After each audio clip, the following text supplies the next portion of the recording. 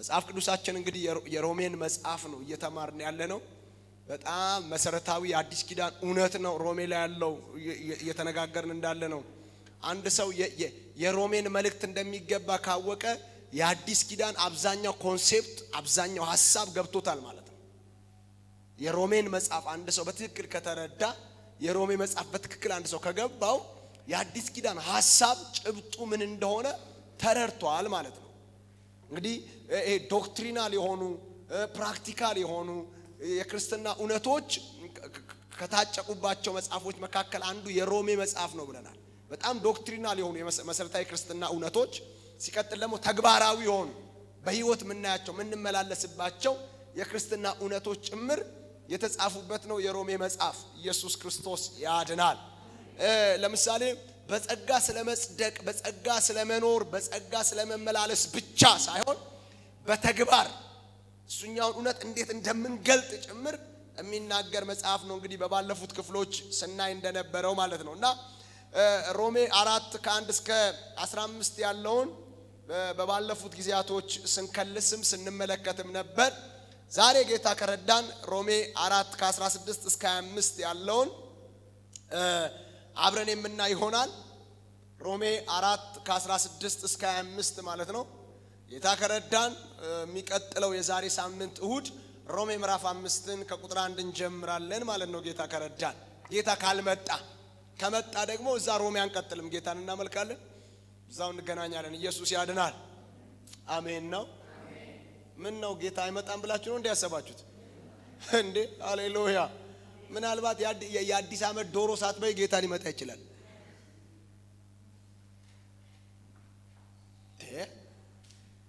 ሃሌሉያ። መጽሐፍ ቅዱስ የተዘጋጃችሁ ሁኑ ነው አይደል የሚለው? ሁኑ፣ ሁሉ ጊዜ የተዘጋጃችሁ ሁኑ። በየትኛው ሰዓት ሌባ በየትኛው ሰዓት እንደሚመጣ ባለቤቱ የሚያውቅ ቢሆን ኖሮ ተክቶ ነበር የሚጠብቀው ይላል። ነገር ግን ሌባ በየትኛው ሰዓት እንደሚመጣ ባለቤት ምን አይልም፣ አያውቅም። ስለዚህ ሁሉ ጊዜ ምን ማለት አለበት? መጠበቅ አለበት፣ መጠንቀቅ አለበት። እኛም እንደዛው ነው። ኢየሱስ ያድናል። ግን ደስ የሚለው ነገር ምንድነው? ጌታ አይመጣብንም፣ ይመጣልናል። በነገራችን ላይ የኛ እኮ የመጨረሻው የኪዳን ጥግ የመጨረሻው እኮ ምንድነው የክርስትናችን ውበት የጌታ መምጣት ላይ ያለ ነው። ጌታ ይመጣል ሲባል ክርስቲያን እንዴት ይንቀጠቀጣል? እንዴት ይፈራል? እንዴት ይደነግጣል? እንዴት ይሰጋል? እንዴት ይሰጋል ክርስቲያን? እንዴ ጌታ ይመጣል ሲባል እኮ ክርስቲያን ከሰጋ ነገር ተበላሽቷል ማለት ነው። ኢየሱስ ያድናል። እንደዚህ በሚል ርዕስ ነው የምንማረው። እንደ አብርሃም ያለ ቅድመ ሁኔታ ማመን ሮሜ 4 ከ16 እስከ 25 እንደ አብርሃም ያለ ቅድመ ሁኔታ ማመን በሚል ርዕስ ነው የምንማረው። ያለ ምን አልኳችሁ? ይሄ ያለ ቅድመ ሁኔታ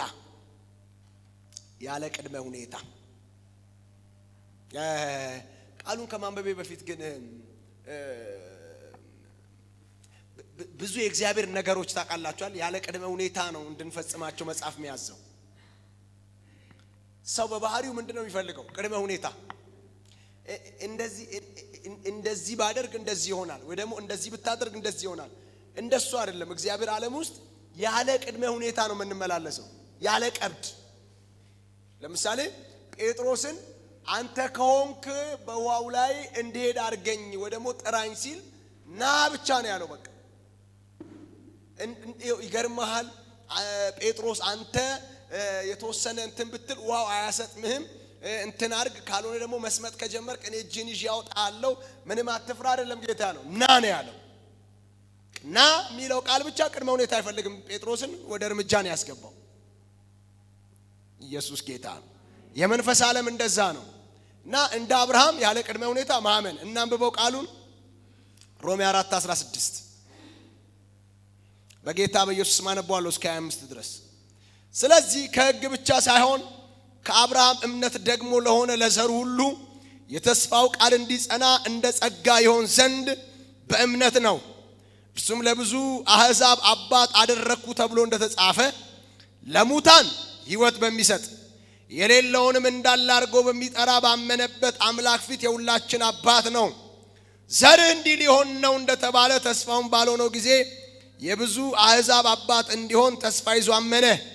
የ100 ዓመት ሽማግሌ ስለሆነ እንደሙት የሆነውን የራሱን ሥጋና የሳራ ማፀን ሙት መሆኑን በእምነት ሳይደክም ተመለከተ። ለእግዚአብሔርም ክብር እየሰጠ የሰጠውንም ተስፋ ደግሞ ሊፈጽም እንዲችል አጥብቆ እየተረዳ በእምነት በረታ እንጂ ባለማመን ምክንያት በእግዚአብሔር ተስፋ ቃል አልተጠራጠረም። ስለዚህ ደግሞ ጽድቅ ሆኖ ተቆጠረለት። ነገር ግን ተቆጠረለት የሚለው ቃል ስለ እርሱ ብቻ የተጻፈ አይደለም፣ ስለኛም ነው እንጂ ስለ በደላችን አልፎ የተሰጠውን እኛን ለማጽደቅም የተነሳውን ጌታችን ኢየሱስን ከሙታን ባስነሳው ለምናምን ለኛ ይቆጠርልን ዘንድ አለው አለ። ሃሌሉያ። አሁን ሮሜ 4:16 እስከ 17 ምንድነው የሚለው?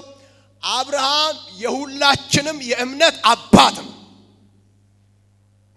አብርሃም የሁላችንም የእምነት ምንድነው የሚለው? 16 እና 17 ስለዚህ ከሕግ ብቻ ሳይሆን ከአብርሃም እምነት ደግሞ ለሆነ ለዘሩ ሁሉ የተስፋው ቃል እንዲጸና እንደ ጸጋ ይሆን ዘንድ በእምነት ነው። እርሱም ለብዙ አሕዛብ አባት አደረግኩ ተብሎ እንደተጻፈ ለሙታን ሕይወት በሚሰጥ የሌለውንም እንዳለ አድርጎ በሚጠራ ባመነበት አምላክ ፊት የሁላችን አባት ነው። አብርሃም የሁላችንም አንደኛ በሉና አብርሃም የሁላችንም የእምነት አባት ነው በሉ። ኢየሱስ ጌታ ነው። አብርሃም የምን አባት ነው? የእምነት አባት ነው። አሁን ስለ እምነት ሲነሳ አብርሃም ነው የሚነሳው አይደል? የእምነት አባት ተብሎም ሲነሳ ማን ነው የሚነሳው? አብርሃም ነው የሚነሳው። አብርሃምን የእምነት አባት ያስባሉትን ዋና ነጥቦች ብቻ እንመልከት። ዋና አንደኛውና የመጀመሪያው አብርሃምን የእምነት አባት ነው ያስባለው ምንድነው ሲባል የአብርሃም ቤተሰቦች ጣዖት አምላኪዎች ናቸው። እግዚአብሔርን አያውቁትም። በወቅቱ እንደነበሩት ሌሎቹ ሕዝቦች አይነት እነሱም ያው ጣዖትን በማምለክ ያገኙትን ነገር በማምለክ ይመላለሱ የነበሩ ናቸው። በዚህ መካከል በዘፍጥረት ምዕራፍ 12 ላይ እግዚአብሔር ለአብርሃም ተገለጠለትና እኔ ወደማሳይ ምድር ውጣ፣ ዘመዶችን ተው፣ የአባትህን ቤት ተው፣ እኔ አከብርሃለሁ፣ ታላቅ ሕዝብ አደርግሃለሁ ብሎ ሲናገረው የመጀመሪያው እምነት ምንድነው ስትሉ አምላክ ለመቀየር ተስማማ። ሃሌሉያ።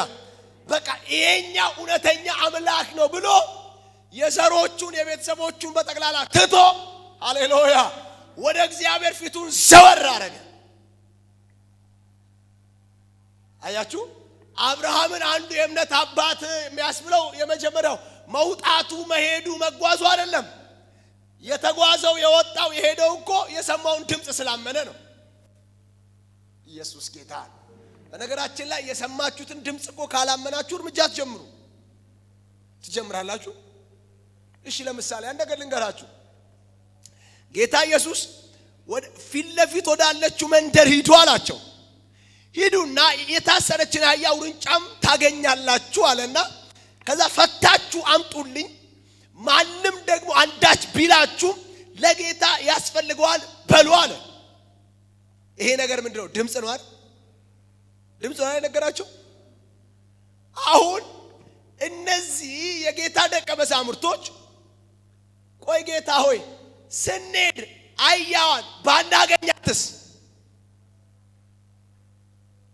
እሺ እንዳልከው ደግሞ አህያና ውርንጫዋ አንድ ላይ ባይሆኑስ? ባለቤቶቹ ፈተዋት ቢሆንስ? ድካማችን ከንቱ አይሆንም ወይ የሚሉ ጥያቄዎችን አቅርበዋል። አላቀረቡም። ልክ ጌታ ሄዳችሁ አፈታችሁ አሁንልኝ ማንም ጥያቄ ቢያቀርብ ለጌታ ያስፈልጓል በሉ አለ። አስቡ አንድ ነገር፣ ሄደው የሚፈቱት የሰው አህያ ነው አይደል? የሰው ነው እኮ የጌታ ነው እንዴ? የሰው አህያ እኮ ነው። ባለቤት ያላት አህያና ውርንጫ ነው የሚፈቱት። አሁን እነዚህ ሰዎች የመጀመሪያው ነገር በትክክል ጌታ ያለው ነገር ልክ ነው፣ ሄደን አህያና ውርንጫዋን እናገኛለን ብለው ማመን አለባቸው አይደል? ማመን አለባቸው። ካላመኑ ከማን ጋር ነው የሚጨቃጨቁት? ከጌታ ጋር። ባናገኛትስ ባትኖርስ እንጨት ተሸክማ ብትሄድስ እንትን ቢሆንስ ነው የሚሉት አላሉም። በቃ በትክክል እናገኛለን ብለው ነው ያመኑት።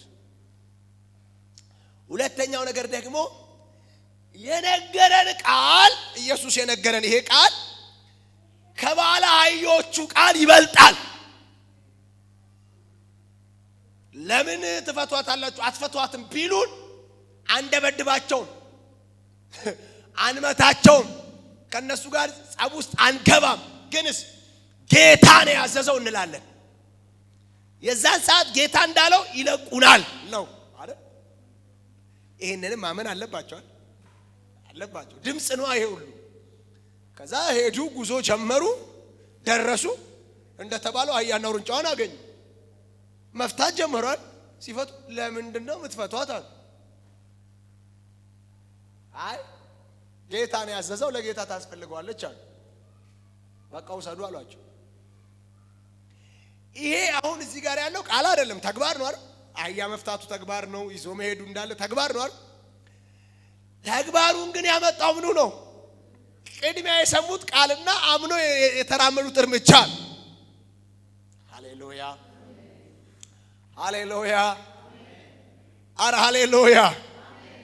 ይኸው በዚህ አጋጣሚ አንድ ነገር ልንገራችሁ። እምነት እርምጃ ይፈልጋል። እምነት እርምጃ ይፈልጋል። ልክ ያዕቆብ ምን አለ? ስራ የሌለው እምነት የሞተ ነው አላል? በተግባር የማይገለጥ እምነት ማለት ነው። ኢየሱስ ክርስቶስ ያድናል። ለምሳሌ አንድ ነገር ልንገራችሁ። እግዚአብሔር ይመጣና እሱን ምድሪቱ ላይ ታላቅ ነብይ አድርጌ ያስነሳለሁ ብሎ ይናገራል። ይሄ ሰው ይሄንን ድምጽ ማመኑ ራሱ የሚረጋገጠው ኦኬ እግዚአብሔር ታላቅ ነብይ አድርጎ ሊያስነሳኝ ከሆነ መጾም አለብኝ፣ መጸለይ አለብኝ፣ የእግዚአብሔርን ቃል ማንበብ አለብኝ ብሎ እርምጃ ካልጀመረ አላመነም ማለት ነው። ለምን? ነብይ የሚሆን ሰው የሚጸልይ የሚያነብ ለእግዚአብሔር የሚኖር የተለየ ነው። ስለዚህ ይሄንን ድምጽ ሰምቶ ወደ ተግባር ካልገባ ወይ አላመነም ወይ ደግሞ የመጣለት ድምጽ ስህተት ነው ማለት ነው። ለምን? እምነት እርምጃ ይፈልጋል። አካል የሚለብሰው በእርምጃ። አሜን ነው። ስለ እምነት ያዕቆብ ሲያነሳ ምን አለ? ምን ማመን ነው እንዴ አለ። ማመንማ አጋንንቶችም ያምናሉ አለ። እንደውም ያምናሉ ብቻ አይደለም ይንቀጠቀጣሉ አለ። ምን ይላሉ? ይንቀጠቀጣሉ። እንደዚህ ይንቀጠቀጣሉ አለ። አጋንንቶች ጭምር ይንቀጠቀጣሉ። ማመን ብቻ አይደለም ይንቀጠቀጣሉ። እና ችግሩ ምንድነው? ደህና ስራ የላቸውም። በስራ አይገልጡትም እንጂ ይንቀጠቀጣሉ። ኢየሱስ ክርስቶስ ጌታ። አረ ኢየሱስ ጌታ። አሁን አብርሃምም ድምጽ ነው የሰማው። አሁን ይሄ የሰማው ድምጽ የአባቱን ቤት ዘመዶቹን ያለበትን ምድር ያስተዋዋል። ተወ፣ አመነ፣ ድምጹን አመነ። ከዘመዶቹ ከቤተሰቦቹ እዛ ካለው ኑሮ ይልቅ ድምጹን አመነ። እግዚአብሔር ያለውን አመነ። ሃሌሉያ። እግዚአብሔር ቆይ ምን ብሏቸዋል? እስኪ እግዚአብሔር ምን አውርቷቸዋል? ምን ያክልስ አምናቸዋል? እሺ ደግሞ ማመናችሁን ደግሞ ለማወቅ ምን ያክል እርምጃ ተወስዱበታላችሁ በድምጹ ላይ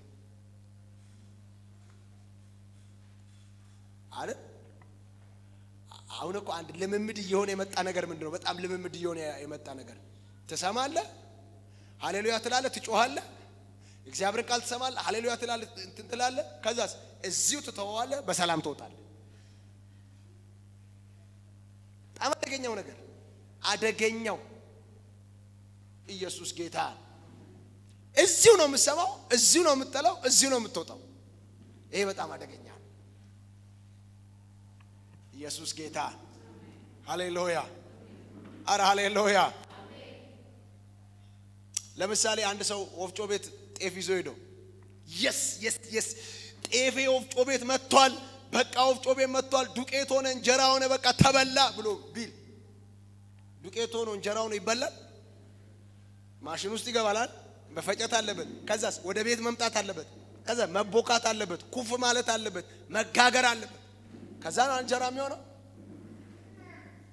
ስለዚህ እናንተ እግዚአብሔር የሚናገራችሁን ቃል ኢየሱስ ጌታ እግዚአብሔር የሚናገራችሁን ቃል የሚናገራችሁን ድምጽ እዚህ ጋር ልክ ነው እውነት ነው ምናምን ብላችሁበት ይዛችሁት ካልወጣችሁ ግን በእናንተ ላይ ፍሬ ሊያፈራ አይችልም። ቃሉ የማይሰራ ሆኖ አይደለም፣ እናንተ ስላላስቀጠላችሁት ነው። ጌታ ኢየሱስ ሲናገር ምን አለ? ሲናገር ጌታ ኢየሱስ ምን አለ? ዘሪ ሊዘራ ወጣ አለና ከዛስ አንደኛው ሲዘራ አለ መንገድ ዳር ወደቀ አለ። አንደኛው ደግሞ ሲዘራ ብዙ ማፈር የሌለው ጭንጫ መሬት ላይ ወደቀ አለ። ሌላኛው ደግሞ ሲዘራ እሾህ መካከል ወደቀ አለ። አንደኛው ሲዘራ መልካም መሬት ላይ ወደቀ አለና ምንድነው ብለው ሲጠይቁት ዘሪው ይዘራል አለ። አያችሁ፣ ዘሪው አንድ ነው አይደል? አንድ ነው ዘሪው። የተዘራውም አንድ ነው አይደል? እኩል ስንዴ ነው የዘራው። እዚህም እዛም አራቱም መሬት ላይ ምንድነው የዘራው? ስንዴ ነው የዘራው። የዘራውም አንድ ነው፣ የተዘራውም አንድ ነው። የተዘራበት መሬት ግን ስንት አይነት ነው? አራት። የመጀመሪያውን መሬት ብቻ ላሳያችሁ። የመጀመሪያው መንገድ ዳር ነው የወደቀው አለ። ምንድነው ሲሉት ዘሪው የእግዚአብሔርን ቃል ይዘራል። ሰውየው ወዲያው ይቀበላል፣ ያምናል። ከዛስ ወዲያው ሰይጣን አለ ይወስድበታል። ምን ይልበታል? ይወስድበታል። ምን ነበር የሰማሁት ይላል። ምን ነበር የተሰበከው? ምን ነበረ? ምን ነበረ? ቆይሽ ለምሳሌ እኔ ብቻ ነኝ እንደሱ ምለው ብላችሁ አታውቁ? ቸርች ምን ነበር የተሰበከው? ምን ነበር የተሰበከው ነው? እናንተ ሁሉንም የተሰበከውን ቃል ይዛችሁ እግዚአብሔር ዛሬ በቃሉ እንደዚህ ብሎ ተናግሮኛል፣ በኢየሱስ ስም ይሄ በሕይወት ይሆናል ትላላችሁ ወይስ እንደወጣችሁ ቸርች ነበርኩ ሃሌሉያ ብላችሁ ብቻ ነው የምትወጡት? ችግር እየተፈጠረ ያለው እዚህ ጋር ነው። ያዙ፣ ይሄን በደንብ ያዙ። ኢየሱስ ጌታ ነው። ለምሳሌ ዛሬ ያለ ቅድመ ሁኔታ እንደ አብርሃም ማመን በሚል ርዕስ ነው አይደል እየተማርን ያለው? ሮሜ 4 ከ16 ጀምሮ ያለው ያለ ቅድመ ሁኔታ እንደማን እንደ አብርሃም ምን ማድረግ? ማመን። ስለዚህ ስወጣ ከዚህ ምን ብዬ ነው ማሰብ ያለብኝ? ኦኬ አብርሃም እንዴት ነው ያለ ቅድመ ሁኔታ ያመነው? የሚጨበጥ ነገር በሌለበት፣ የሚያዝ ነገር በሌለበት፣ ተስፋ የሚያደርገው ነገር በሌለበት እና አመነ፣ እምነቱ ጽድቅ ሆኖ ተቆጠረለት። እግዚአብሔር የአብርሃም አምላክ ተባለ፣ አብርሃምን አከበረው፣ ዘመኑ በክብር አለቀ። ይሄን ነው አይደል የምማረው?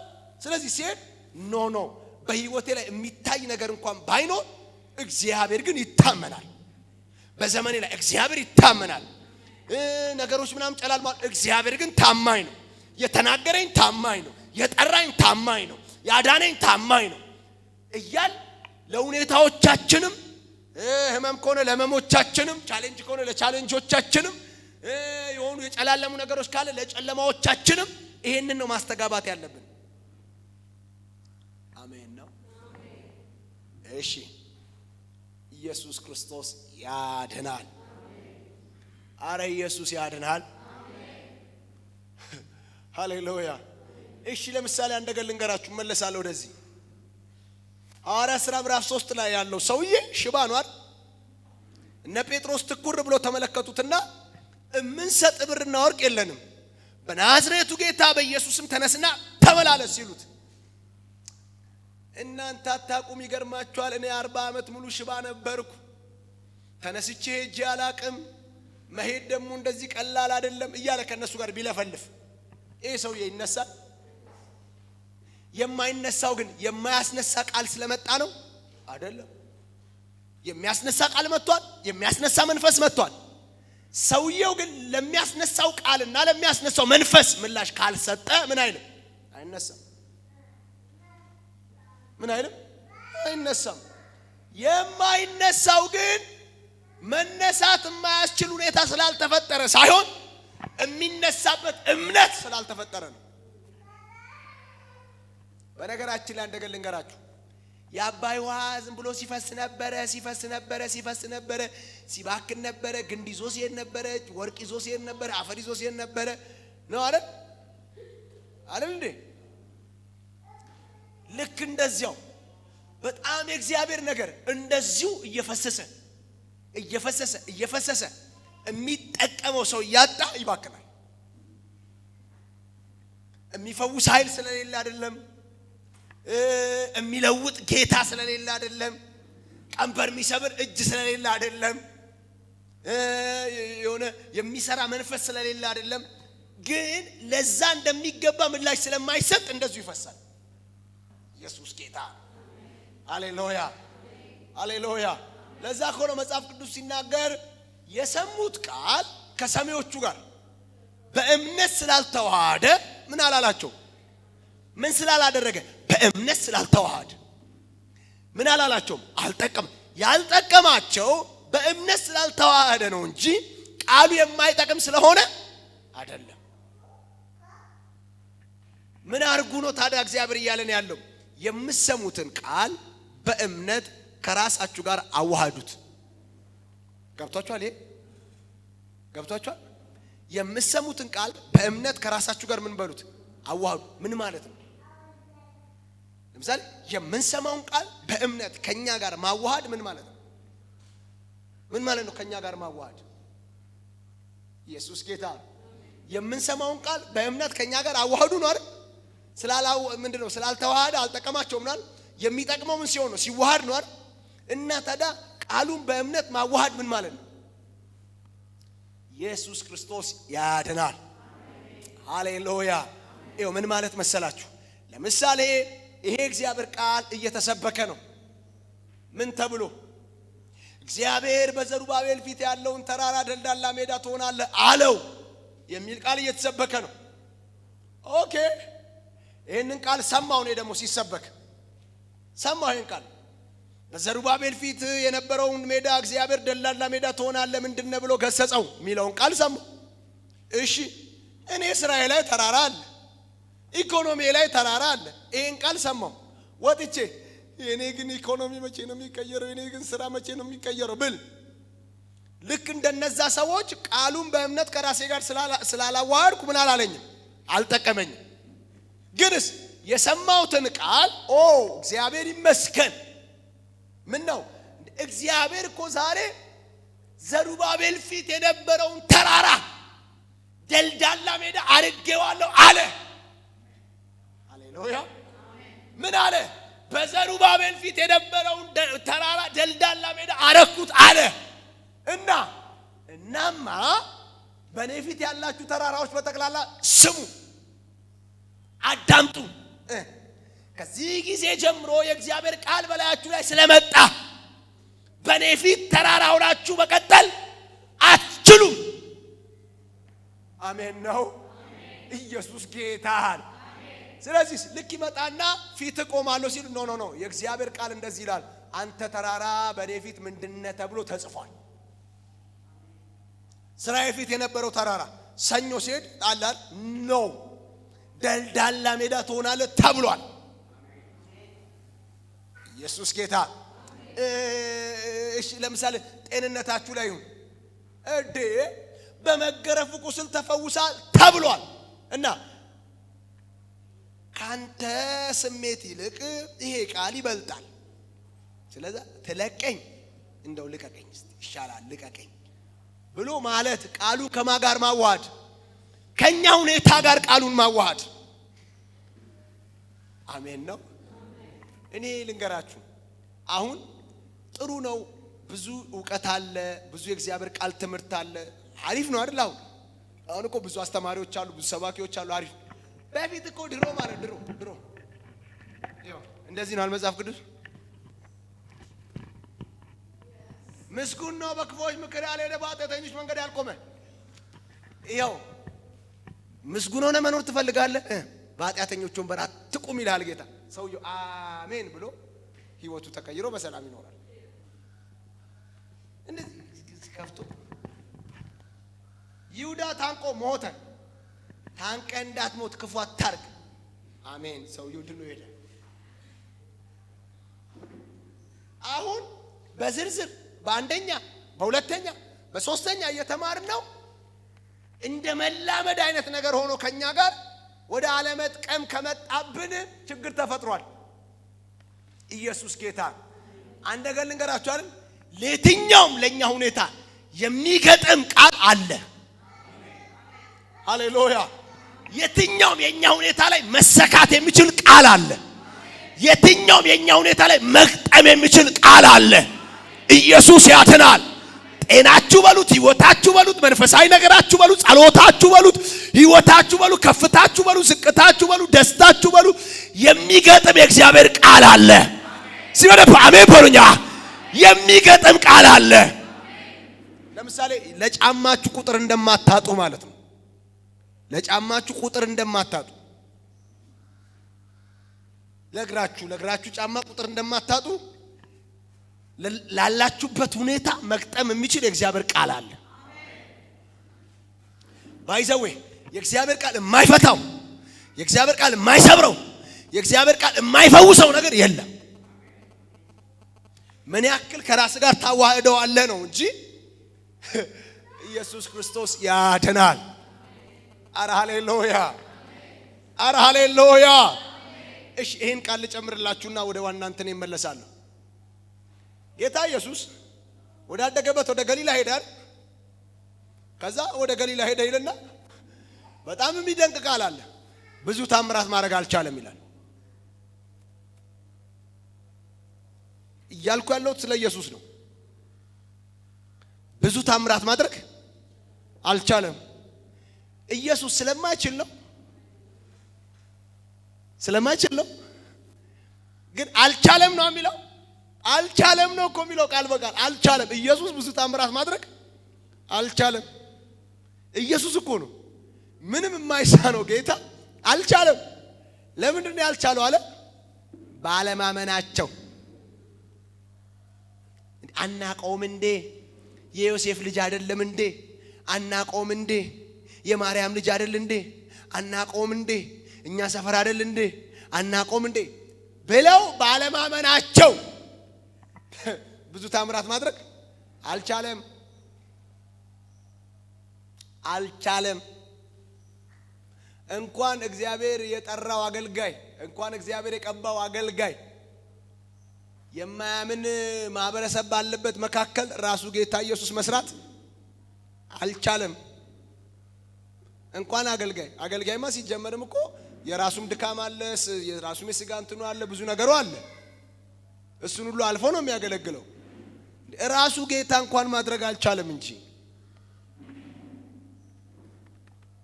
በነገራችን ላይ እንደገል ልንገራችሁ፣ በኃጢአት የደከመን ሰው በጣም መርዳት ይቻላል።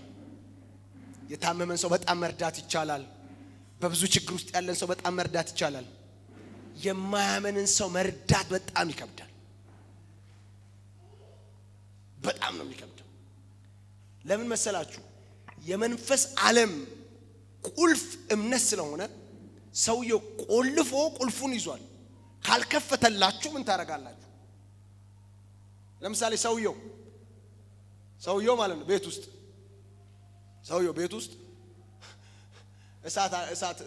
እሳት ተነሳው ድረሱልኝ ብሎ ማለት ነው። በሩን ቆልፎ ድረሱልኝ ቢል ቤት ነው የምትደርሱለት። በሩን ቆልፏል። ክፈተው በሩን ምናምን አልከፍተውም ድረሱልኝ ቢል ይሄ ሰውዬ እየቀለደ ነው የምትሉት። ቤቱ ገብታችሁ እሳቱን እንድታጠፉለት በሩን መክፈት አለበት አይደል? እምነት ማለት እንደሱ ነው። የእምነት ዓለም ደግሞ መግቢያው ቁልፉ ምንድነው? የመንፈስ ዓለም መግቢያው ቁልፉ እምነት ነው። ያለ እምነት የመንፈስን ዓለም አክሰስ ማድረግ አይቻልም። ኢየሱስ ያድናል። ይሄን ሁሉ የተናገርኩት ለምንድን ነው? ያለ ቅድመ ሁኔታ እንድናምን። ያለ ምን ለምሳሌ የእግዚአብሔር ነገር ፍንጭ አሳይቶ አይደለም ያሳምነን። እንዲሁ የትኛውን ይሄንን ቃል እንዲሁ እንድናምን እንዲሁ ለምን ቃሉ ያውና የሚሰራ ስለሆነ ኢየሱስ ክርስቶስ ጌታ። ሃሌሉያ ሃሌሉያ። በነገራችን ላይ እንደገል ልንገራችሁ፣ ብዙ መጸለይ በጣም ቆንጆ ነው። በጣም በጸሎት አምናለሁ። በጣም ብዙ መጸለይ ቆንጆ ነው። ብዙ ከእግዚአብሔር ጋር ማውራት ቆንጆ ነው። ብዙ በእግዚአብሔር ፊት መቆየት ቆንጆ ነው። ቆንጆ ነው። በጣም ብዙ ኃይል ትቀበላላችሁ። ብዙ የእግዚአብሔር ነገር ትረዳላችሁ። ብዙ መንፈሳዊ ነገር ይገባችኋል። ከዛ በላይ ግን በጣም ትልቅ ውጤት ያለው ግን በእምነት መጸለይ ነው። ኢየሱስ ጌታ። በእምነት የሚጸለይ ጥቂትም ይሁን ውስንም ይሁን በእምነት ከተጸለየ ግን ፍሬውን ታዩታላችሁ። ኢየሱስ ክርስቶስ ያድናል። እና አብርሃም የሁላችንም የእምነት አባት ነው ያልነው እግዚአብሔርን ያለምንም አይነት ቅድመ ሁኔታ የትኛውን ምድር ነው የምትሰጠኝ፣ እንዴት ነው የምታከብረኝ የሚለውን ሳያቅ ወዴት እንደሚሄድ ሳያቅ በመውጣቱ ነው። ሌላው ደግሞ እግዚአብሔርን አምኖ 24 ዓመት ጠብቆ ልጅ ወልዶ ደግሞ እንደገና እግዚአብሔር እረዳው ሲል ደግሞ በእምነት ለማረድ በመውጣቱ ነው። ኢየሱስ ጌታ ነው።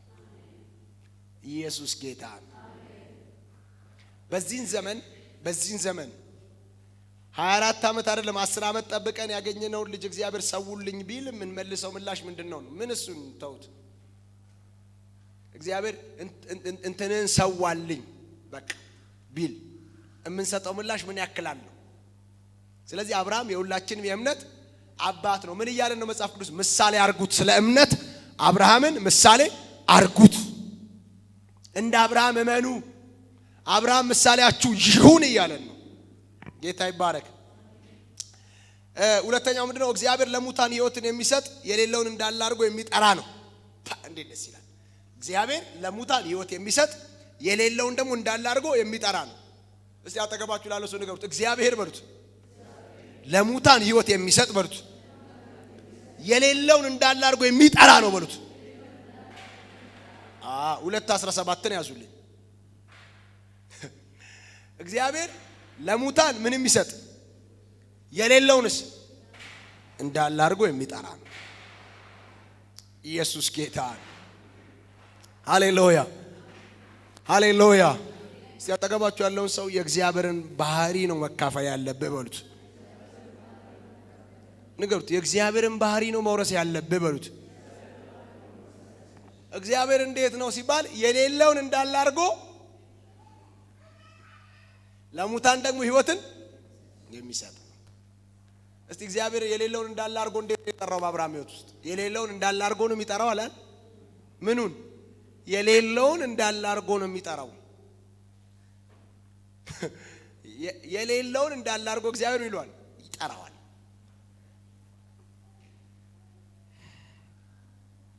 እዚህ ጋር ሮሜ ላይ ምሳሌ አድርጎ የሰጠን ራሱን አብርሃምን ነው አይደል? ግን እስቲ በአብርሃም ሕይወት እንኳን የሌለውን እንዳለ አድርጎ እግዚአብሔር የጠራበትን እንመልከት። ምንድነው ያደረገው እግዚአብሔር? አብርሃም ምን ትሰጠኛለህ ለኔ? እኔ የቤቴ መጋቢ የደማስቆ ሰው ኤሌዜር ሊወርሰኝ ነው አለ አይደል? ምን ትሰጠኛለህ? ምንድነው የምታደርግልኝ አለ። መቼ? ተስፋ ቆርጦ። በነገራችን ላይ አብርሃም የእምነት አባት ነው ማለት ተስፋ ቆርጦ አያውቅም ማለት አይደለም። ማመን ተቸግሮ አያውቅም ማለት አይደለም። ደክሞት አያውቅም ማለት አይደለም። ወድቆ አያውቅም ማለት አይደለም። አይደለም እየተነሳ ከእግዚአብሔር ጋር ይቀጥል ነበር ማለት ነው። ኢየሱስ ጌታ ነው። በነገራችን ላይ በህይወታችን ማመን የምንቸገርበት አለማመን ውስጥ የምንገባበት ሲዝን ሊፈጠር ይችላል። እግዚአብሔር ያውቃል፣ ይመጣል፣ ያወጣናል። ኢየሱስ ያድናል። አሁን ምን ትሰጠኛለህ ብሎ አብርሃም የተናገረበትን እናገኛለን። ከዛስ እግዚአብሔር ምን አለው? ዘር አለው የሱ ባልሆነች ምድር ላይ ለ400 ዓመት ይገዛል አለው። አሁን አብርሃም እያለ ያለው አንድ ልጅ ስጠኝ ነው አይደል? እግዚአብሔርስ ምንድነው የሚለው? ዘር የሱ ባልሆነች ምድር ላይ ለ400 ዓመት ባሪያ ሆኖ ይገዛል እያለው ነው።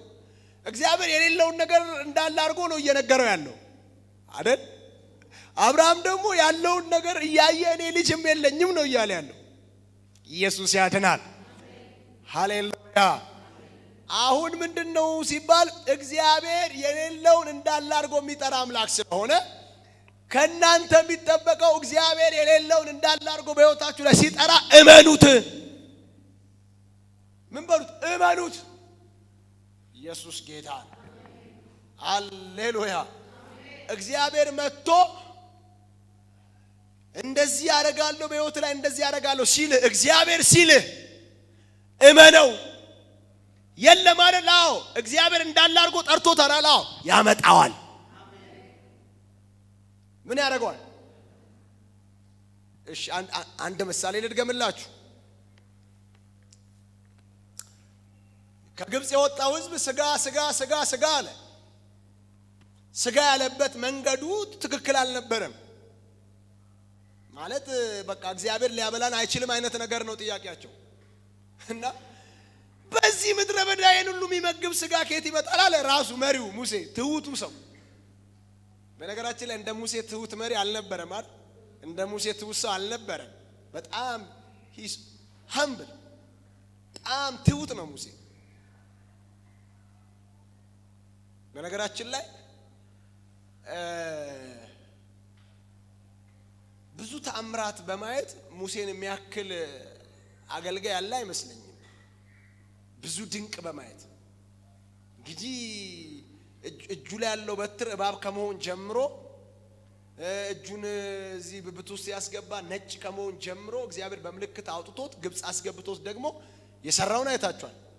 ፈርዖንን እየቀጠቀጠ ውሃን ወደ ደም እየቀየረ ፈርዖን ጋር ያደረጋቸውን ተአምራቶች አይቷቸዋል። እነዛ ተላላቅ 10 ተአምራቶችን።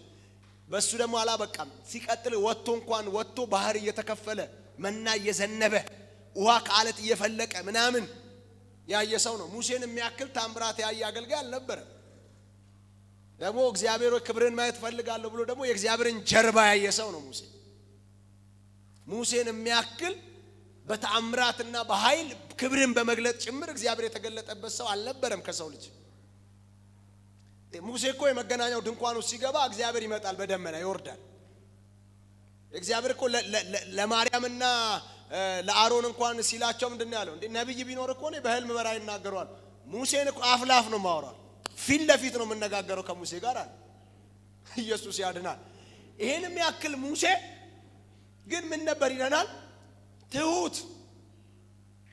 በነገራችን ላይ ትሁት ማያረግ ጸጋ፣ ትሁት ማያረግ አገልግሎት፣ ትሁት ማያረግ ስጦታ፣ ትሁት ማያረግ ትንቢት፣ ትሁት ማያረግ መገለጥ፣ ትሁት ማያረግ ትምህርት፣ ትሁት ማያረግ ስብከት ከጌታ ስለመሆኑ ነው ጥርጥር አለኝ።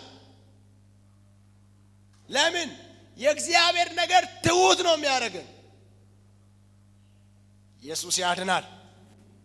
ወይ ደግሞ ምናልባት እኛ ጋር የተገለጠችው ነገር ትንንሽዬ ስለሆነች ብዙ ጊዜ ደግሞ ትንንሽዬ ነገር ያው እንደዚሁ ምናምን ደረት ታስነፋለች ካልሆነ በስተቀር የእግዚአብሔር ነገር ትሁት ነው የሚያረገን። አሜን ነው። አገር ይያዝልኝ መንገድ ይዘጋልኝ ከተባለ ከጌታ ስለመሆኑ ተጠራጠሩ። በእግሬ አልረግጥም በጥፍሬ ነው የምራመደው የሚል አይነት ነገር ከመጣ ከጌታ ስለመሆኑ እንደ ሰው አትቁጠሩኝ አላያችሁም እንጂ እኔ ክንፍ አለኝ የሚል አይነት ነገር ካመጣ ሰውየው ከጌታ ስለመሆኑ ተጠራጠሩት። ለምን? ሰይጣን ራሱ የወደቀው በትዕቢት ስለሆነ፣ ትዕቢት የሰይጣን ንብረት ስለሆነ። ይሰማል ወይ? ኢየሱስ ክርስቶስ ጌታ። ስለዚህ ይሄ ህዝብ ምንድነው የጠየቀው? ስጋ እና ይሄ ትሁቱ ሙሴ እንኳን ምን አለ? አሁን እግዚአብሔር በዚህ ምድረ በዳ ሲል እግዚአብሔር መጣና እንዴት ጠረጠርከኝ አለ። እኔ ይህን ህዝብ አሁን ስጋ ማብላት ያቅተኛል? እስከ አፍንጫችሁ፣ ቃል በቃል እስከ አፍንጫችሁ ትበላላችኋል። እስከ ምናችሁ? እስከ አፍንጫችሁ። በሬ የለ ሉካንዳ የለ። እነሱ ግን ስጋ እስከ አፍንጫቸው ሊበሉ ነው። ኢየሱስ ያድናል። እግዚአብሔር የለ ማለት የሌለውን እንዳለ አድርጎ ይጠራል፣ የጠራውን ደግሞ ያመጣዋል። ሃሌሉያ። እግዚአብሔር የሌለውን ነገር በሕይወታችሁ ላይ ከተናገረ ሊያመጣው ስለሆነ ከናንተ የሚባለው አሜን ነው እንጂ እንዴት ይሆናል ከየት ይመጣል ወዴት ይመጣል አይደለም የሚባለው። በነገራችን ላይ ነገር ልንገራችሁ፣ በመንፈስ ዓለም ላይ የምንኖረው በውፍረታችን ልክ አይደለም፣ በጸሎታችን ልክ አይደለም፣ ባነበብነውም ቃል ልክ አይደለም። መንፈስ ዓለም ላይ የምንኖረው በእምነታችን ልክ ነው፣ የምንመላለሰውም በእምነታችን ልክ ነው። አሜን ነው። ኢየሱስ ክርስቶስ ያድናል። ሃሌሉያ አረ ሃሌሉያ። ስለዚህ እግዚአብሔር የሌለውን እንዳለ አድርጎ ይጠራል፣ ለሙታን ደግሞ ሕይወት ይሰጣል። ይሄንን እዚሁ ሮሜ ላይ ምሳሌ ሲያደርገው ሙት የሆነውን የራሱን ስጋ ሙት የሆነውንም የሳራ ማፀን ሳያይ፣ እዚህ ጋር ግን ትንሽ ልናገር ስሙ። ሳያይ ምን ሳያይ በእምነት እግዚአብሔር የተናገረውን ይፈጽማል ብሎ ተቀበለ። አብርሃም መውለድ አይችልም፣ ስጋው ኦልሞስት እየሞተ ነው። የሳራ ማፀን ልጅ መያዝ አይችልም። ያቃል አለን ያቃል በደንብ። ምክንያቱም ከሳራ ጋር አዲስ ሙሽራ አይደለም፣ ለዘመናት ኖሯል። ያቃልን በደንብ የሚያቀውን ትቶ የሰማውን አመነ። አሜን ነው። ይሄው እምነት ማለት የምናቀውን ትተን የሰማነውን ማመን ነው። የምናቀው ነገር አለ። ለምሳሌ ነው ስለሱ ማቀው ነገር አለ፣ ማቀው ነገር አለ ስለሱ።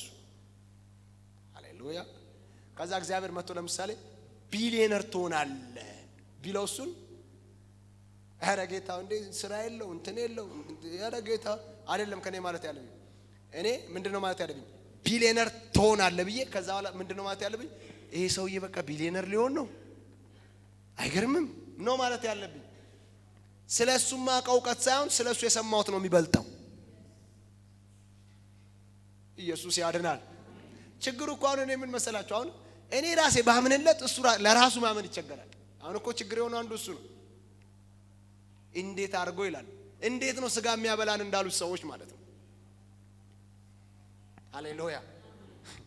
ስጋ አይደለም እግዚአብሔር ይኸው እንትን ምንድነው ይሄ ማዕድን ምንድነው ዳይመንድ ትበላለህ ካለ ዳይመንድ ያበላል። ጥርስ ይሰበራል እንጂ ያበላል። እሱ ችግር የለበትም። አንተ ጥርስ ካልተሰባበረ ትበላለህ። እስቲ እግዚአብሔር የማይሰማው የማይታዘዘው ምንድነው?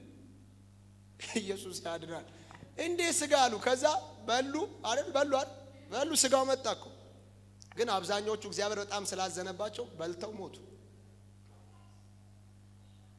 ሞቱ እንጂ በሉ። ልኳንዶ የት ነው አይታወቅም። በሬዎቹ የታረዱ አይታወቅም። እግዚአብሔር ግን የሌለውን ጠርቶ ያበላል። እግዚአብሔር ያበላል። አምስት ሰው ነው እንዲያመኝ ብሎ እግዚአብሔር ያበላል። አሜን። እስቲ በደንብ አፋችሁን እንትን ብላችሁ እግዚአብሔር ያበላል። አሜን። ምን ነው እግዚአብሔር በደንብ ነው የሚያበላው። እኔ ከእግዚአብሔር እጅ ነው የበላሁት እንጀራ በስርዓት ከእግዚአብሔር እጅ ነው የበላሁት። እግዚአብሔር ያበላል። አሁን ምንድነው ያበላል ላይ አልቆምንም። ያለፈ ነገር ገብቶናል ነው እንጂ እግዚአብሔር ያበላል። አሜን ነው። እግዚአብሔር ያበላል። እንደውም በደንብ አሜን ካላላችሁ አልቀይርም። እግዚአብሔር ያበላል። አሜን። እንደውም ጨምሩ። እግዚአብሔር ያበላል። አሜን። ያበላል እግዚአብሔር።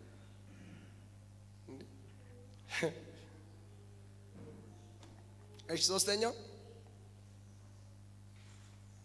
ይሄንን አሁን ተናግሬዋለሁ፣ ግን ጻፉ። ሶስተኛው አብርሃም ራሱንና ሚስቱን ሳይሆን እግዚአብሔርን አይቶ አመነ። ጻፉ።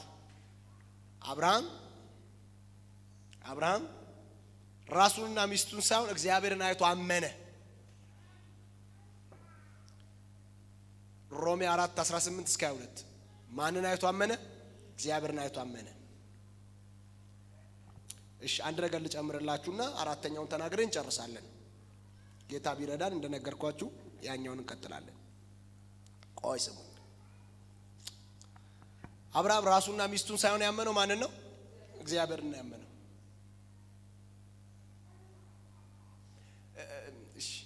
እምነት ፈጽሞ በእኔና በእናንተ ብቃት ላይ የተመሰረተ አይደለም።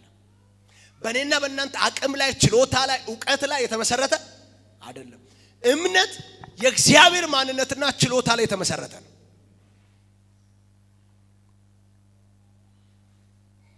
አሁን አብርሃም ሳራንም አላየም፣ ራሱንም አላየም፣ እግዚአብሔርን አይቶ አመነ። ግንስ ለምሳሌ አንድ ነገር ልንገራችሁ። ግን አሁን አመነ ምናምን ኖርማል ነው አይደል? ያ ምናምን እግዚአብሔር ሳይጠራውን በፊት ሳራ ሚስቱ ነች አይደል? የጠራው በ75 ዓመት ነው። ሳይጠራው ሚስቱ ነች አይደል? እሺ ተውትና እኛ ሳይጠራው በፊት የነበረችበትን እድሜን ተውና ቢያንስ ለ25 ዓመት ባልና ሚስት ሆኖ ኖሯል። የ25 ዓመት ልምድ አለው እኮ 25 ዓመት ከሷ ጋር የኖረበት ኤክስፒሪያንስ አለው እኮ። እሱን ጭምር ትቶ ነው እኮ ያመነው። እሱን ጥሎ የ25 ዓመቱን እንዴ ሲለው ኖ ብሎ። እምነት በነገራችን ላይ ከስጋችንም ጋር ከነፍሳችንም ጋር ከእውቀታችንም ጋር በጣም ብርቱ ትግል ነው ያለበት። ኢየሱስ ጌታ ነው። ኢየሱስ ጌታ ነው። ለምሳሌ አንድ ነገር ልንገራችሁ። ልክ ለአንድ ሰው ከታመመ 4 ዓመቱ ነው ሰውየው እና 4 ዓመቱ ነው። ከዛ 4 ዓመት ሙሉ ታሞ ተጸልዮለታል፣ አልዳንም። እግዚአብሔር የፈውስ ቀን አመጣለት ዛሬ። ና ልጸልይልህ እግዚአብሔር ይፈውሳል ስለው ምንድነው የሚለኝ? ይገርማል። 4 ዓመት አገልጋዮች ጸልዮልኛል፣ ግን ምንም የመጣ ነገር የለም። አሁን ይሄን ሰውዬ ፈውሱ ቢመጣም መፈወስ ይችላል? አይችልም። እሺ በመጽሐፍ ቅዱስ ምሳሌ ልስጣችሁ። ይሄንን ይሄ ሽባ የነበረው ሰውዬ እነ ጴጥሮስ ያስነሱት ሰውዬ ኢየሱስ እየሰበከ እዛው ሽባው ነው ቁጭ ብሏል። ታውቃላችሁ አይደል? ኢየሱስ መልካም በሚለው ደጅ ላይ ቆሞ እየሰበከ ይሄ ሰውዬ ሽባው ነው ቁጭ ብሏል። ኢየሱስ ወንጌል እየሰራ የሞተ እያስነሳ እውር እያበራ ብዙ ሙታን እየተነሱ ጭምር ይሄ ሰውዬ ሽባው ነው እዛው ቁጭ ብሏል ሽባው ነው። እነ ጴጥሮስም ያዩታል፣ ኢየሱስም አይቶታል። ግን ምንም ሰውዬው ሽባ ነው ቀጥሏል። ከዛ እንዲሁ ይሄ ሰውዬ ከሽባነቱ ሳይነሳ ኢየሱስ አገልግሎቱን ጨርሶ ሄደ አይደል? ከዛ የኢየሱስ አገልግሎት በእነ ጴጥሮስ በኩል ቀጠለ። አሁን የኢየሱስ አገልግሎት በእነ ጴጥሮስ በኩል ቀጥሎ ጴጥሮስ የመጀመሪያውን አገልግሎት ይሄንን ሽባ ሰው ይመጣና ናስቲ ወደኛ ተመልከት፣ እናንተ ናችሁ እንዴ? ይገርማል። ያንተ መሪ ራሱ እኮ እዚህ ጋር ቆሞ ሲሰብክ እኔ ቁጭ ብያለሁ። የሞተውን ሰውዬ ሲያስነሳው ውሩን ሲያበራው እኔ ራሴ አይቻለሁ። እና እሱ እንኳን እንትን አላለኝም። አሁን አንተ ቢለው ይሄ ሽባ ሰው ይነሳል? አይነሳም። እኔ እኮ አንድ ቀን እኮ ኢየሱስ እዚህ ቆሞ ሲሰብክ እኮ ነው ይፈውሰኛል ብዬ ነበር፣ አልፈወሰኝም። እና አሁን ኢየሱስ ሳይፈውሰኝ አንተ በተለይ ደግሞ ኢትዮጵያ ላይ በደንብ አይደል እንደ ያለው ትልቅ የፈውስ አገልጋይ ጠራና እሱም እኮ ጸልዮልኝ ነበር አልተፈወስኩም ይላል። ስለዚህ ምን ማለቱ ነው? አንተ ብትጸልይልኝ ምንም ዋጋ የለውም ነው። ኢየሱስ ጌታ። ለምን የታመመውን ተውት፣ የታመመውን ትታችሁት አንዳንድ ሰው ጠይቃሉ። እንደዚህ እኮ ታሞ ምናምን ይላል አይደል? ኦኬ እስቲ ጥሩ እንጸልይለታለን ምናምን ስል ገና ሰውየው የታመመው ጋር ሳንደርስ ማለት ነው። ሰውየው እዚህ ያለው ምን ይላል? ይገርማል፣ ነብይ እንትናም ፓስተር እንትናም ጸልዮለን ነበር ይላል። ምን ማለት ነው? በሌላ ቋንቋ እነሱም ጸልየውለት ስላልተፈወሰ አንተ ብትጸልይለት የሚመጣ ነገር የለምና ተወው ነው። ስለዚህ ነው ቅድሚያውኑ ምን እላለሁ ማለት ነው። አይ በቃ ለዚህ ሰውዬ መጸለይ አያስፈልግም እላለሁ። ድካም ነው ትርፉ የሚሆነው። ምን ጸሎት እንትን ነው እንዴ? ጸሎት ዝም ብሎ ልምድ ነው ማስፈጸሚያ ነው እንዴ? ጸሎት እኮ የሆነ ስራ የማይሰራ ከሆነ እኮ መጸለይ አያስፈልግም። ጸሎት እኮ ስራ ስላለው አንዴ ምን ጸልየው። ኢየሱስ ጌታ ነው። እና ገና መጀመሪያው ከዚህ ሰውየው ይነግራል። እዚህ ያለው ሰውዬ ይገርማል፣ ነብይ እንትናም ጸልዮልን ነበር ያው ታቆይለ በፈውስ ምናምን አልተፈወሰም። ግን ከዛስ እሱ ይሄን ሲላችሁ እናንተ ራሳችሁ እምነታችሁ መውረድ ይጀምራል። ኦኬ በጸልይለትም አይፈወስም ማለት ነው ትላላችሁ እናንተ ራሳችሁ መልሳችሁ። እንዴ ምን ይታወቃል? የሰውየውን በረከት፣ የሰውየውን ፈውስ፣ የሰውየውን አርነት እግዚአብሔር እናንተ ጋር አስቀምጦስ ቢሆን። ይሄ አንድ ነገር ልንገራችሁ፣ አንዱና ከባዱ የሰይጣን አሰራር ነው። እሺ እምነታችሁን የሚያወርድበት። ከዛ ደግሞ ይሄንን ካልቻለ ደግሞ ምን መሰላችሁ የሚያደርገው? የሰይጣንን ስትራቴጂ ልንገራችሁ። ይሄንን ካልቻለ ደግሞ በዚህ ካልቻለ ምን ያደርጋል መሰላችሁ? ሰውየው ልክ በጴጥሮስ ተፈወሳል። ከዛ ይገርማል ጴጥሮስ ኢየሱስ እንኳን ያልቻለውን እኮ ነው አንተ የቻልከው። ሁለተኛው ደግሞ ይሄ ነው። ሁለተኛው ይሄ ነው የሰይጣን እንትኑ። ይገርማል ኢየሱስ ራሱ እኮ ሊፈውሰኝ አልቻለም እንዴ? የዛኔ አላየም ቆሞ እዚህ ጋር ሲሰብክ እኔ ይፈውሰኛል ብዬ አልቻለም። አይ አንተ ግን ፈወስከኝ ነው። ሰብሬልሃለሁ፣ ይሄንን ሰብሬልሃለሁ። አላያችሁ አንዳንድ ሰዎች ይመጡና እዚህ ይመጡና ፓስተር እንትና ጋርም ተጸልዮልኝ ነበር ግን እግዚአብሔር እዚህ ፈወሰኝ። እኔ ደግሞ ጌታ ረድቶኛል። ምን እላችኋለሁ? አይገርምም? ፈውስሽ እኮ እዚህ ሆኖ ነው። የተለየ ነገር ኖሮ ሳይሆን ፈውስሽ እዚሁ ነው። አለቀ። ሴትዮዋ በየዋህነት ሊሆን ይችላል፣ ከመንፈሱ ጋር ግን ተነቃቃን ማለት ነው። አይታችኋል። አሁን ሰይጣን ይገርምሃል፣ እኔ ብዙ ቸርች ገብቼ ሳጭበረብር እንደዚሁ ነው የወጣሁት፣ እንትን አላልኩም፣ እዚህ ግን ያለው እንትን ከባድ ነው ተያዝኩኝ ሲል ከዛ ወዲያው አገልጋዩ ምን አልክ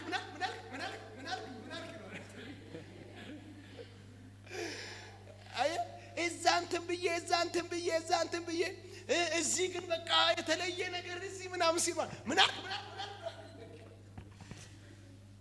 ሰይጣኑ መታው። በቃ እመኑኝ፣ ሰውየውን መታው። በቃ አየው። በዛኛው ሳይድ ካልተሳካደ ሰይጣን በዚህኛው ሳይድ ነው የሚሰራው። እሺ ባይዘው አይደንም አይፈወስም ምናምን ብሎ በሰው ምናምን ብሎ ካልቻለ ግን ይኸው አንተ ጋር ስለሆነ ነው የተፈወሰው እንጂ አይፈወስም ነበር ይላል። ሰይጣኑ የዛን ቀን ቀኑ ስለሆነ ነው የጮኸው። እግዚአብሔር እዚህ ሊመታው ስለፈለገ ነው። አለቀ በቃ። የእሱ ሰውዬ ነፃ መውጣት እዚህ ስለሆነ ነው። ምናልባት በስርዓት ችግሩን ተከታትላችሁ ምትጸልዩለት እናንተ ስለሆናችሁ ሊሆን ይችላል እንጂ እናንተ ክንፍ ስላላችሁ አይደለም። ጠንቀቅ ማለት ይፈልጋል በጣም ሰይጣን በየቸርቹ እየሰራት ያለ ስትራቴጂ ነች። ኢየሱስ ያድናል። አሜን ነው።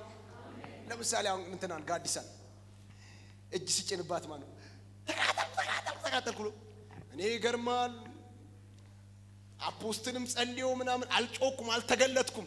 አንተ ግን ገና ስትነካኝ በቃ ተቃጠልኩ አልቻልኩም ሲል ሲጀመር ታዲያ አሁን እኔ አሁን ከአፖስትል አልሻል ምን አደረገው ማለት ነው? ተብለቅ አደረገው ማለት መጣው። ለዛ ነው የሚያደርገው። በጣም ጥንቃቄ ይፈልጋል። እሺ በተለይ ምናልባት እዚህ ውስጥ ነገ ገባችሁ ነቢያት የምትሆኑ ምናምን ሰዎች ልጆች ብዙ አላችሁና አንድ ጥንቃቄ የሚፈልገው ነገራችሁ ይሄ ነው። እሺ በጣም ጥንቃቄ የሚፈልገው ደስ ይላል ባይዘው ኧረ ደስ ይላል እኮ ደስ ይላል። እንዴት ደስ እንደሚል ደስ ይላል። ይሄው በማንም አልተመታውም እኔ አንተ ጋር የተገለጥኩ ሲል እንዴት ደስ እንደሚል ቀጥሎ እንዲህ ሊያቀለን ነው እንጂ እንዴት ደስ እንደሚል ደስ ይላል ብታዩ። ግን ሊያቀለን ነው። በነገራችን ላይ የሚያከብረን ሰይጣን የለም። በሰይጣን በኩል ያለ ክብር የለም። በሰይጣን በኩል ያለ ምስክርነትም የለም። ጌታ ኢየሱስ እንኳን ከሰይጣን ከሰው ምስክርነት አልፈልግም አለ። እኔ አባቴ የሰጠኝ ስራ አለ አለ፣ ስለኔ የሚመሰክር እሱ ነው አለ። አሁን እኛ ሰይጣን ራሱ ካልመሰከረ አይመቸንም። እዚህ ምን አለ እሳት እንትን ኧረ ተው። ኢየሱስ ጌታ። አንድ ያጋንንት እያስወጣን አልወጣም ብሎ እንታገላለን። ለሁለት ከአንዲት ልጅ ጋር እንታገላለን። በፊት ማገለግልበት ቸርች ነው። እንታገላለን። እምቢ አለ። እንደዚህ በቃ ላበላብ ሆነናል። እንታገላለን። ከዛ ሁለት ደግሞ ልጆች ቴዎሎጂ ገብተዋል። እኔ ምን እያስተማሯቸው እንደሆነ አላውቅም። በወቅቱ እኛ ላይ በቃ መንገድ ዘግተዋል። ባጭሩ መጡ እነሱ ገቡና ዞር በሉ አሉ። እሺ ብለን ዞር አለኛ። ዞር ስንል ማን አንተ አለው አንደኛው። ማን ሲለው የራሱን ስም ጠራለትና እኔ እሱ ነኝ አለ። የራሱን የሰውየው ስም ጠራና እሱ ነኝ አለ። እንዴ የምን ምናምን ሁለቱም ሹልክ ብለው ወጣ።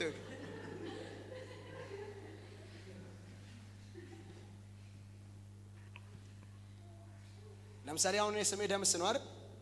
ምን መሰላችሁ ያለው ሰይጣኑ ማን አንተ ሲለው ደምስ ነኝ አለው። ስም መጥራት ስላልፈለኩ አለው። በቃ ባይዛው መጽሐፍ ቅዱስ ሲናገር ትዕቢት ውድቀትን ትቀድማለች ይላል። ትዕቢት አለ ማለት ቀጥሎ ውድቀት አለ ማለት። እኔን ስሙኝ አለ ማለት ቀጥሎ ጆሮ ሁሉ ይዘጋል። ኢየሱስ ጌታ። እሺ የመጨረሻው አራተኛው ለአብርሃም ብቻ ሳይሆን ለኛም ጭምር እምነታችን ጽድቅ ሆኖ ይቆጠርልናል። ሮሜ 4:23 እስከ 25 ሮሜ 4:23 እስከ 25 ለአብርሃም ብቻ ሳይሆን ለኛም ጭምር እምነታችን ጽድቅ ሆኖ ይቆጠርልናል። ለአብርሃም ብቻ ሳይሆን ለኛም ጭምር እምነታችን ጽድቅ ሆኖ ይቆጠርልናል። ሮሜ 4:23 እስከ 25 እሩ አብርሃም በእግዚአብሔር አመነ እምነቱ ጽድቅ ሆኖ ተቆጠረለት። እቺን ነጋገርና እንጸልይና እንጨርስ። አብርሃም በማን አመነ? በእግዚአብሔር እምነቱስ ጽድቅ ሆኖ ተቆጠረለት። አሁን የአብርሃምን ፈለግ ለሚከተሉ ሁሉ እምነታቸው ጽድቅ ሆኖ ቆጠረ። ስለዚህ እኔና እናንተ በእግዚአብሔር ላይ ስናምን እምነታችን ጽድቅ ሆኖ ይቆጠርልናል። ምን ማለት ነው?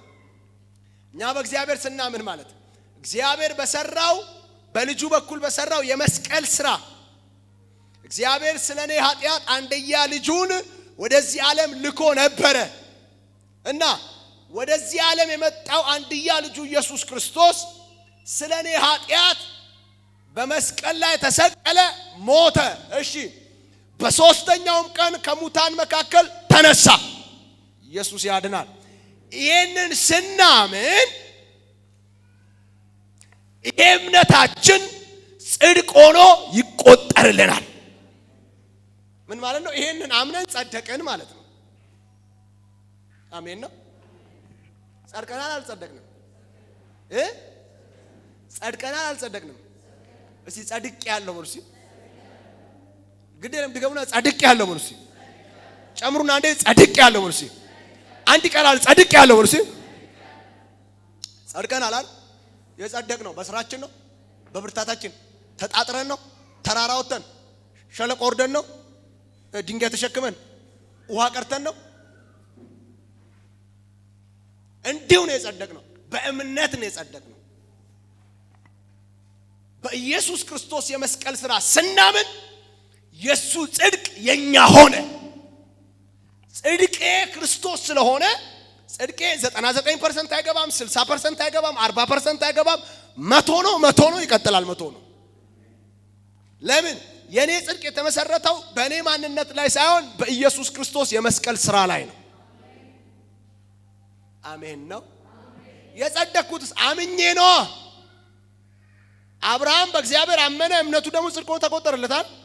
አዎ ልክ እንደዚያው እኔ ስራ የለኝም፣ ደሞዝ አይደለም ለኔ የተከፈለኝ፣ አመንኩ፣ እምነቴ ነው ጽድቅ ሆኖ የተቆጠረልኝ። ኢየሱስ ያድናል።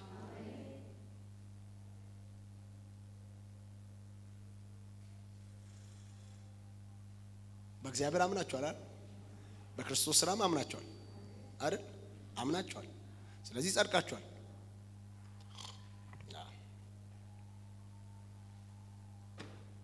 እምነታችን ጽድቅ ሆኖ ተቆጥሯል። ጸድቀናል። አለቀ። ያው አሁን ትንሽ አየሩ ላይም ስላለ እንዲህ አይነት ነገር ጥንቃቄ የሚፈልገው ምንድነው?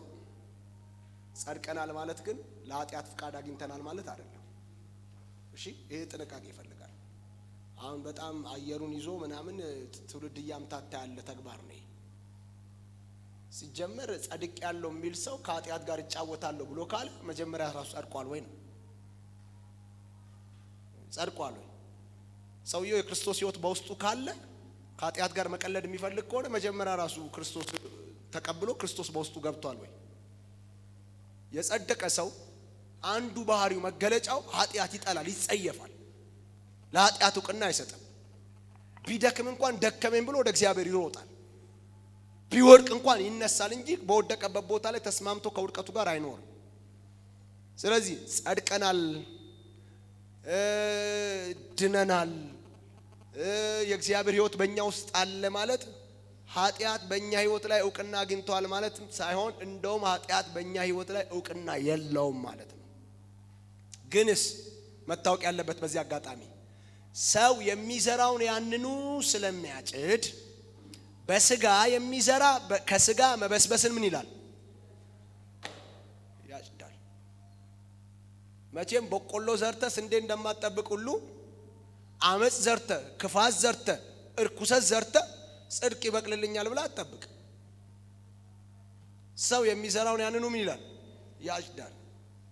እንግዲህ ሰው የሚዘራውን ያንኑ ያጭዳል ተብሎ የተጻፈው ዘፍጥረት ላይ አይደለም፣ ገላትያ ላይ ነው።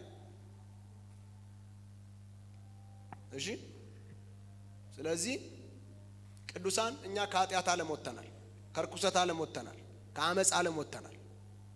ለእግዚአብሔር እንድንኖር የክርስቶስ ሕይወት በእኛ እንዲገለጥ ተለይተናል። የጸደቅነው ለዚህ ነው። የጸደቅንበትን የጽድቅ እውነት እየገለጥን መኖር አለብን። አሜን ነው።